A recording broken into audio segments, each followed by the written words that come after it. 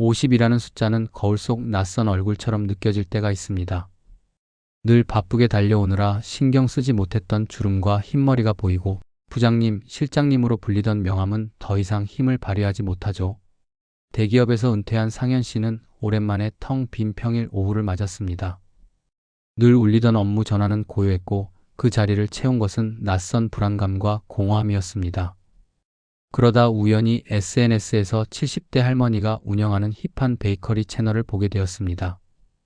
인생은 50부터라는 할머니의 당당한 말에 상현 씨는 새로운 영감을 얻었습니다.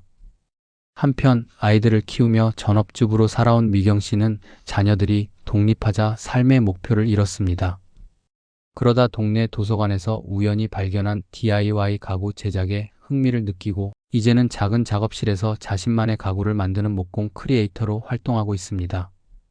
50은 끝이 아니라 잊고 있던 삶의 엔진을 다시 켜는 제시동 버튼입니다. 지금까지 남들의 기대에 맞춰 살았다면 이제는 내가 원하는 삶을 그려볼 시간입니다.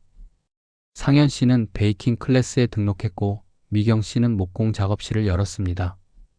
둘 다 완전히 새로운 분야였지만 그 도전이야말로 50대의 진짜 매력이었습니다. 나이는 숫자일 뿐 진짜 나이는 마음이 결정하는 것입니다. 고전의 지혜를 보면 50을 지천명의 나이라고 합니다. 단순히 하늘의 뜻을 받아들이는 것이 아니라 비로소 자기 삶의 방향을 깨닫는다는 깊은 의미를 담고 있습니다.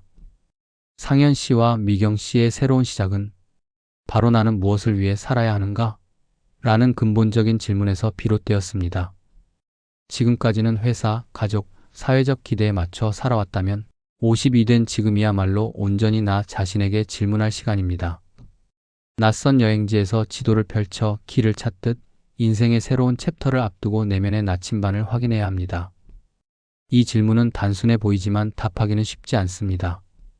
30년 넘게 해야 하는 일에 익숙해진 우리에게 하고 싶은 일을 찾는 것은 마치 오랫동안 사용하지 않은 근육을 움직이는 것과 같습니다. 하지만 바로 이 어려움이 50대의 숙제입니다. 상현 씨는 자신에게 물었습니다. 나는 언제 가장 행복했는가? 답은 의외로 단순했습니다. 어린 시절 어머니와 함께 빵을 굽던 순간이었죠. 미경 씨 역시 마찬가지였습니다. 아버지의 목공 작업을 구경하며 나무 냄새에 취했던 기억이 떠올랐습니다. 질문하지 않으면 답을 찾을 수 없습니다. 이제 용기를 내어 스스로에게 물어보세요. 그 물음이 당신의 인생을 새로운 길로 안내할 것입니다. 공자는 배움의 자세를 3단계로 나누었습니다. 아는 사람, 좋아하는 사람, 그리고 즐기는 사람. 50 이전의 삶이 생계와 성공을 위해 아는 단계를 넘어 좋아하는 일에 도달하기 위해 노력하는 과정이었다면 50 이후에는 이제 즐기는 삶을 목표로 삼아야 합니다. 상현 씨가 베이킹의 기술을 배우는 것을 넘어 빵을 만들고 사람들과 나누는 과정을 진심으로 즐기는 것처럼 미경 씨가 목공 기술을 익히는 것을 넘어 나무를 다루는 그 자체의 즐거움에 빠진 것처럼 말이죠. 좋아하는 일은 우리에게 자부심을 주지만 즐기는 일은 우리에게 진정한 행복을 줍니다. 이 차이는 생각보다 큽니다. 좋아하는 일을 할 때는 여전히 결과에 신경 쓰고 남들의 평가를 의식하며 완벽함을 추구하려 합니다. 하지만 즐기는 일을 할 때는 과정 자체가 목적이 됩니다. 실패도 배움이고 서툰 솜씨도 성장의 과정일 뿐입니다. 상현 씨는 처음에는 완벽한 빵을 만들려고 애썼습니다. 하지만 지금은 반죽을 치대는 손의 감각, 오븐에서 나오는 고소한 냄새, 그리고 그 빵을 나누는 사람들의 미소에서 행복을 찾습니다. 미경 씨 역시 마찬가지입니다. 정교한 가구보다는 나무와 대화하는 시간, 톱질하는 리듬, 완성된 작품을 바라보는 뿌듯함에서 즐거움을 느낍니다. 50은 바로 이 즐거움을 찾는 지혜의 과제입니다. 인생의 전반부가 빠르게 달리는 지자의 삶이었다면 50 이후에는 관계와 의미를 품는 인자의 삶이 더욱 빛을 발합니다.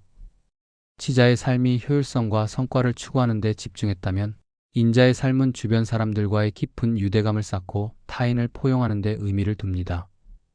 상현 씨가 베이킹 채널을 통해 사람들과 소통하고 미경 씨가 목공 클래스를 열어 자신의 재능을 나누는 것처럼 말입니다. 누군가에게 사랑받는 것도 행복하지만 먼저 타인을 사랑하고 도움을 주는 삶은 더욱 깊고 오래가는 만족감을 줍니다. 이 변화는 자연스럽게 찾아옵니다. 50에 이르면 경쟁에서 이기는 것보다는 함께 성장하는 것에 더 큰 의미를 느끼게 됩니다. 상현 씨는 자신의 베이킹 실력을 뽐내기보다는 초보자들에게 노하우를 전수하는 데서 기쁨을 찾습니다. 실패담을 솔직하게 나누고 어려워하는 사람들을 격려합니다. 미경 씨 역시 마찬가지입니다. 완벽한 작품을 만드는 것보다 수강생들이 처음 만든 어설픈 의자에서도 진심 어린 칭찬을 아끼지 않습니다. 그들의 성장이 곧 자신의 성장이라는 것을 알기 때문입니다. 이제 잠시 숨을 고르고 주변을 둘러보세요. 나만 보며 달려온 시간을 내려놓고 따뜻한 마음으로 타인을 품어줄 때 삶의 무게는 가벼워지고 마음의 온도는 따뜻해질 것입니다.